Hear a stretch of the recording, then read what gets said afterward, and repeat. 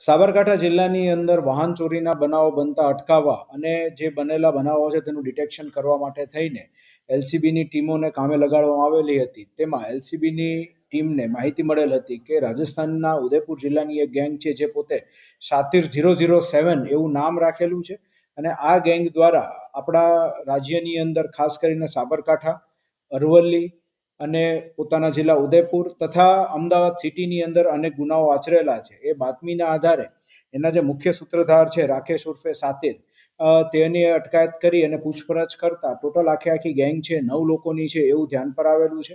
આમાંથી 5 લોકોને એલસીબીની ટીમ દ્વારા અરેસ્ટ કરવામાં આવેલા છે અને 4 લોકો જે છે તેને પકડવા માટે તજવીજ હાથ ધરવામાં આવેલી છે.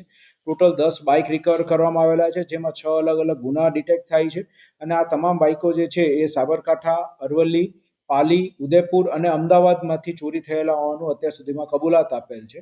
શાતિર 007 ની જે આ ગેંગ છે એનો મુખ્ય સૂત્રધાર જે રાકેશ છે તેના વિરુદ્ધ ટોટલ 8 ગુના નોંધાયેલા છે, જે મુખ્યત્વે આપણે અહીંયા ગાંધીનગર અને અમદાવાદ અને સાબરકાંઠા જિલ્લાને લગત જ ગુનાઓ છે અને હાલ અને આરોપીને પકડી તમામ વિરુદ્ધ કાયદેસરની કાર્યવાહી કરવા તજવીજ હાથ ધરવામાં આવે છે.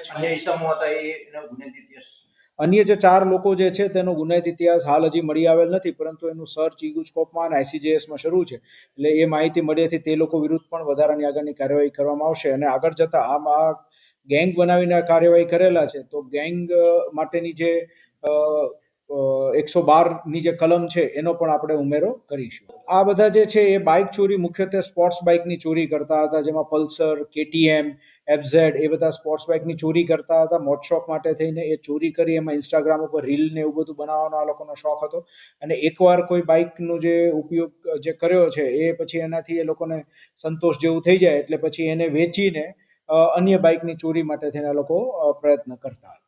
એ ત્યાં ઉદયપુર રાજસ્થાનની અંદર એ લોકોએ કરેલા છે, એની પણ તપાસ હાલ શરૂમાં છે.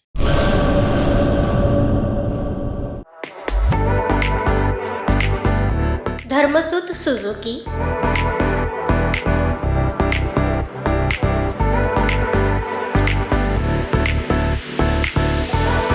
ધર્મસુત ઓટો લિંક એલએલપી 62 પ્રસાદી પ્લોટ, સંસ્કાર નગર, ભુજ, કચ્છ. Mobile number 9825553691.